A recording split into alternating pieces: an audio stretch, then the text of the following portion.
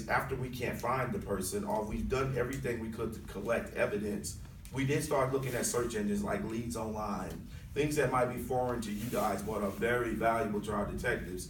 Because these people, when they get your property, the first thing they want to do is sell it and make a quick buck. Sure.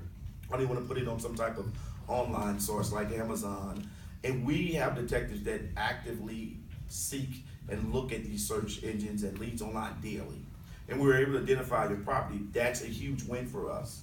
Because what happens with that, now we find the person that's selling it, we're either gonna arrest him or we're gonna find out who did he get the property from. But it leads us back to the individual that actually victimized you in the first place and hopefully bringing him to justice. So those are the things that being a part of our community watch groups helps, and it helps with us communicating with you all what we need you to do. Any other questions? I live, there's a Woodridge apartment complexes. Would you consider that a hot spot apartment complex? Because my home is right behind there. It's in front of that Well, complex. we would say that we've had some issues in there with property crime, not just Woodridge, but to some of the apartment communities that butts up against it. Because what you guys are typically seeing is not most people that live in your community. I would venture to say it's probably some of the people that are coming to some of the different complexes there, because there's so much transient people coming in and out of that area, that's taking an opportunity to look in the neighborhoods and see if there's, crimes of opportunity. And it's those people that I think are causing you the issues. So that whole cluster, that corridor, we don't see particularly a lot of crime there, but we see enough from property crime that, really garners our attention with looking. And I would say that's probably the biggest thing that we see in Arlington. Our city is not really known for a lot of violent crime. It's property crime. And most of the property crime I see, can be prevented. It really can. I mean, Kim will tell you probably 70% of vehicle burglaries are unlocked vehicles. You rarely see someone break a window anymore. I mean, you'll see people coming, if their car's locked, they'll keep going. And they'll keep checking. And they'll keep riding and looking for an unlocked vehicle. Because to actually break a window, that's another act, that's another conscious act to break someone's window. You're graduating, but to open a car and grab something out, how quickly can you be out of that area? So it's for property crime, yes, but again, if we're taking and locking and hiding our items, we really can minimize that. I promise you that. And then communicate. If you see somebody in your community that don't live in there, call 911. The worst thing we can do is not report. Yeah.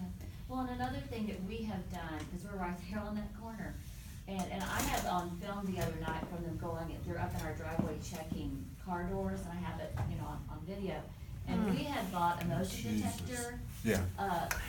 With an infrared thing that goes across where the corner of the house is, and we had unhooked it because it was set for 15 minutes, and I had not heard it, and neighbors across the street had to call in and stuff. And so my husband figured out that we could set it for 4 seconds.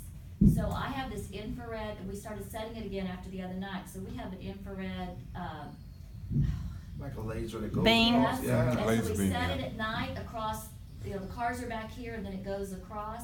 And so if someone tries to walk up to try our car doors, the siren goes off. It's for 4 seconds, so I think it's okay. But it should just scare the crap out of them because it's so Nice. loud. I need that. Nice. Come be my neighbor. I like that. That's one of the things that my husband came up with. So if somebody That's does nice. try to come up to where our cars are, even if they are locked, it'll go off and hopefully just run, the other direction. But send them down the street. But anyway, that's another thing that we have tried that, and it's gone off several times and then it's kind of quit again.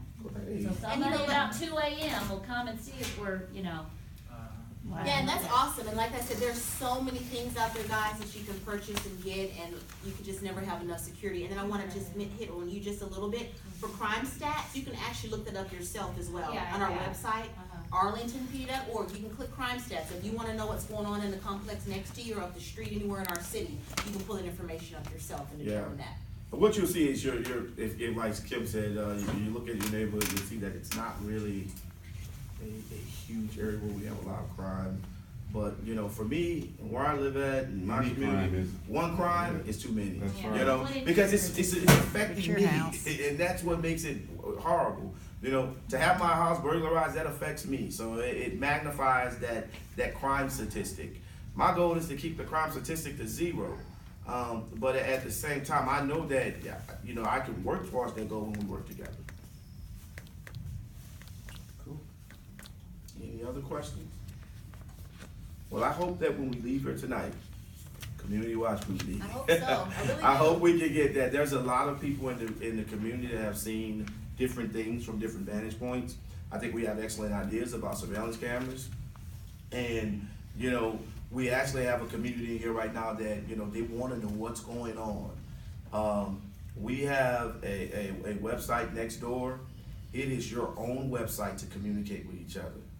And Kim will tell you, we get stuff on next door that is not related to crime sometimes, but it is a huge communication tool for you all to communicate from work and home. And you know, you can actually check it.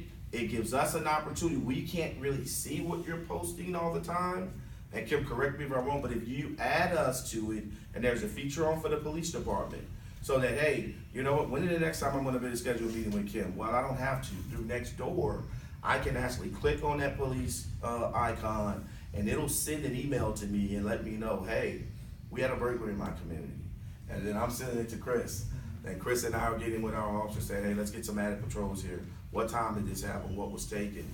Does anybody have a camera there? I'm gonna have a detective to contact that victim if those things haven't taken place. So those are the type of progressive things that we're doing with Nextdoor. But what I've seen with Nextdoor really is the sharing of information, saying, hey, I saw a stranger on the street tonight, and someone communicates back, you know what? That was Lori's grandson. He was here in the community. He left. And now it's like, okay, I can bring my, you know, fear down a little bit. But what a great tool to say, no, that's not a person that lives in our community. And we start exchanging information and passing it on and saying, hey, let's just be a little bit more vigilant. Hey, be sure you call 911. Did you call 911? Because what will happen is if someone goes in your vehicle and there's nothing of value, but they ransack your car, most people that we see, they put their car back together and they leave. But it's an unreported entry. And Chris and I know nothing about it, so we don't know if there's a spike in crime there. So, please report. Speaking of 911, I attended Citizen Police Academy several years ago, and one of the things that surprisingly that I heard was we should be rather ready to call 911. Don't hesitate. And I was a little shocked by it because I thought, well, it has to be pretty serious before I call 911. And I learned from that, and I'll pick up the phone and call, and it's going to circumnavigate a lot of stuff. Absolutely. Comment to that, sir. And great sharing of that, because 911, people think it's an emergency. Someone's being robbed, someone's life is in danger. We actually have a non-emergency number through 911. So when we start to get the information from you and we see that it's not a life and death situation, we funnel that to the non-emergency operator who gets all that information still from you, and then make sure we get a car out to you. You know, now obviously we have priorities in the city, and you know, life and death is always going to trump property. But at some point, reporting it at least gives us a response. And what it gives me, I'll promise you, I'm checking every call that comes in Sector J, and it's a lot of reading, but it's giving me an idea where things are happening. Chris is looking at everything in your beats on a day-by-day basis that's reported to us, and I'm looking at calls that we've had there to see where issues are. So. But if we don't use 911, we don't know. And where we don't know, we're not as, you know, ready is gonna send resources your way, because we wanna send them to other areas. Sure. Obviously, we want them to patrol your community, but they're gonna spend more time somewhere else where we're having issues.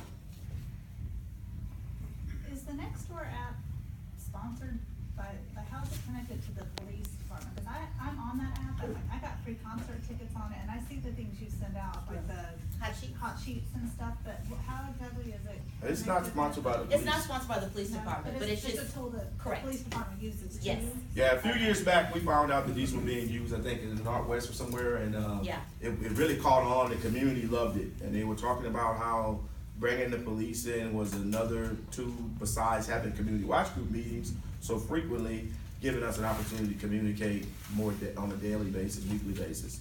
So that's kind of where it came from. So, and we find it to be useful too, because I mean, Kim has a huge responsibility doing the entire North District. So her schedule's pretty, complex trying to get everybody scheduled, but it works. And she, like I said, she does a good job of inviting us out. The next time inviting a beat officer out, someone that I hope that if you start a community watch group, if we send an officer here, you can say, hey, I recognize that guy. Because if not, then I need to make sure that he's in your community more when you are seeing him. How many of y'all are on next door? I wasn't aware of it. Let's count them up. Absolutely. Once it starts to catch on, like in my neighborhood, you can see everyone that's on it, and there's like probably 80% of my neighborhood's on next door, and it's cool because someone's dog gets loose, and they'd say, hey, look out, my little chihuahua's loose, and everyone says, hey, I saw it down the road or whatever, and then there's all this communication that you normally wouldn't have with your neighbors. Yeah. And it makes it so easy. Yes. I've really been impressed. It's really cool. The Meridian is like the closest. Oh, yeah. where I Oh am. God, yeah, the Viridian is really active, but again, yes. But that's a great tool, because we all have to work. I mean, we're gonna leave our communities and go to our place of employment, but having, somebody to say, hey, you know what, I saw somebody, snooping around your driveway or your door, that helps, especially if you don't have a surveillance camera. Absolutely. Are there any other questions, guys, comments, or concerns from anybody before we, yes? Just thank you for all you do Oh, for us. appreciate that, thank you. Y'all are the unpraised people of our community. Thank you. Thank And you really, for every that. time I see a car, police officer car, I just say, thank you, God. Well, good, and if you So, guys cook really, dinner and thank stuff, you. invite us. Thank you. Well- We take Thank hot you. meals, right? Yeah, we love Thank you. you. Love But your home. I want to say thank you guys. Absolutely. Because if you had not taken interest tonight in holding this community Yeah. meeting and holding us accountable to see what's going on in your neighborhood and needing us there, then, our job is to provide service to you and to the whole city. So thank you guys for taking an interest in it. We really, really appreciate this. And I hope that we have more of these to come, and we start sharing some of the information that we learned here tonight. Absolutely. I have some, like I said, I have some goodies up here for you guys. Yes.